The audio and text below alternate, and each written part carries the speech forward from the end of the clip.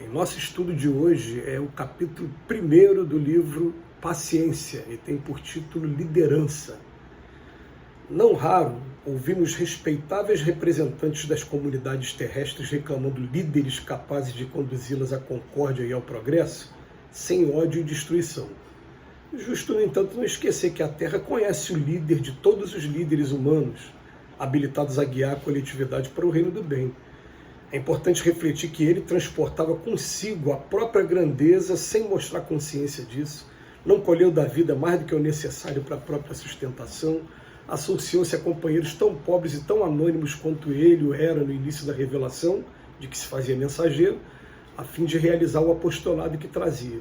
Aconselhou o respeito aos condutores do poder humano, mas nunca indicou a desordem e a crueldade para a solução dos problemas do mundo.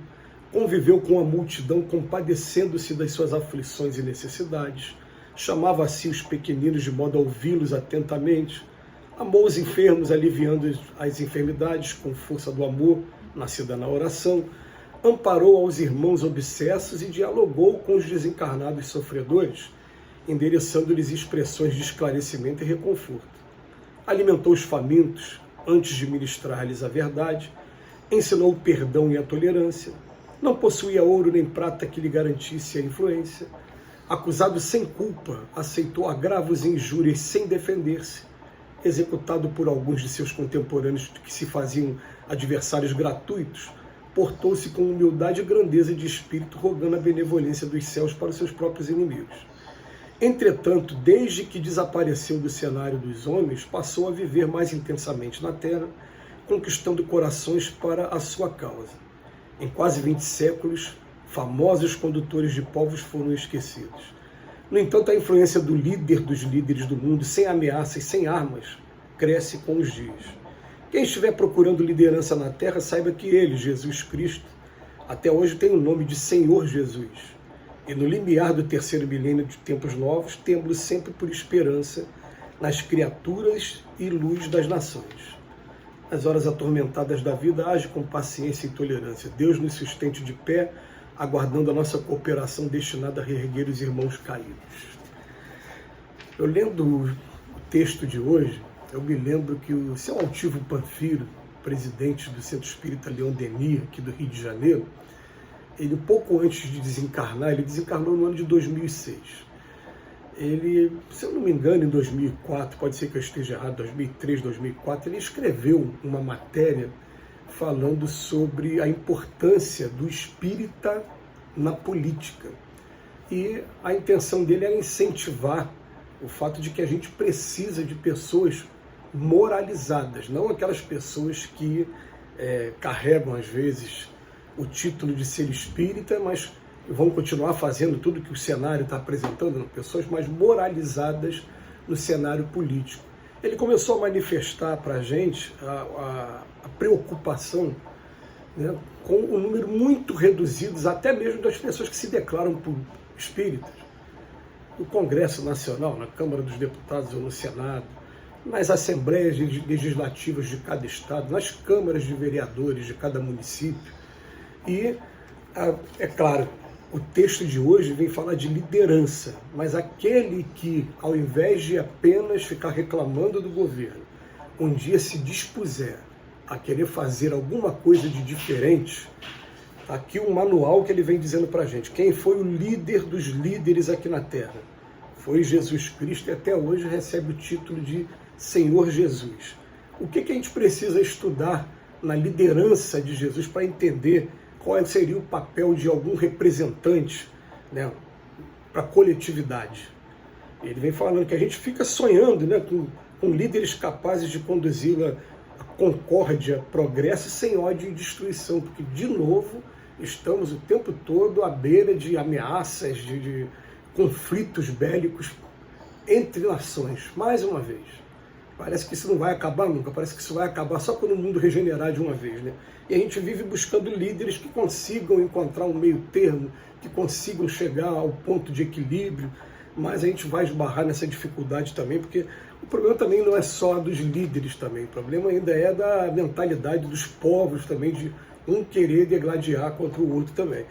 Mas a gente vai encontrar aqui, ó, na figura da liderança. Vamos ver as características que o Emmanuel descreve do que seria um líder de verdade para lidar com a coletividade e conseguir progresso na Terra.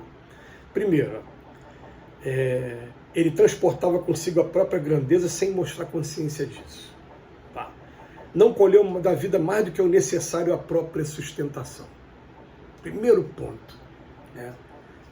Que pega muitos dos nossos irmãos que estão vivendo a prova da política, a luxúria, a prova da riqueza. Ele fala aqui, ele não teve mais do que o necessário à própria sustentação. Depois ele fala, associou-se a companheiros tão pobres e tão anônimos quanto ele. Mais ainda, pessoas ainda com muitos defeitos. É um estudo muito bonito e interessante a gente tomar a iniciativa de estudar assim, o perfil psicológico de cada discípulo que estava com Jesus. É claro que, infelizmente, a gente não tem muitas informações sobre todos eles. A gente vai encontrar muito mais sobre Pedro, Tiago, João, sobre Tomé, sobre até o Judas Iscariote, e sobre uma que não tem referência, né, Maria Madalena também. Maria Madalena nem é contada entre os discípulos, mas hoje a gente pode, né, num mundo que está mais justo com relação à distribuição de direitos entre homens e mulheres, nessa emancipação, a gente pode dizer que Maria Madalena era uma apóstola também. Depois ele vem falar para a gente assim, aconselhou o respeito aos condutores do poder humano. Quem está no poder hoje merece respeito por toda a prova que está vivendo. E a gente lembra mais uma vez de uma lição que está no livro Jesus no Lar, O Revolucionário Sincero. Essa lição é marcante. Já contei aqui algumas vezes sobre essa lição.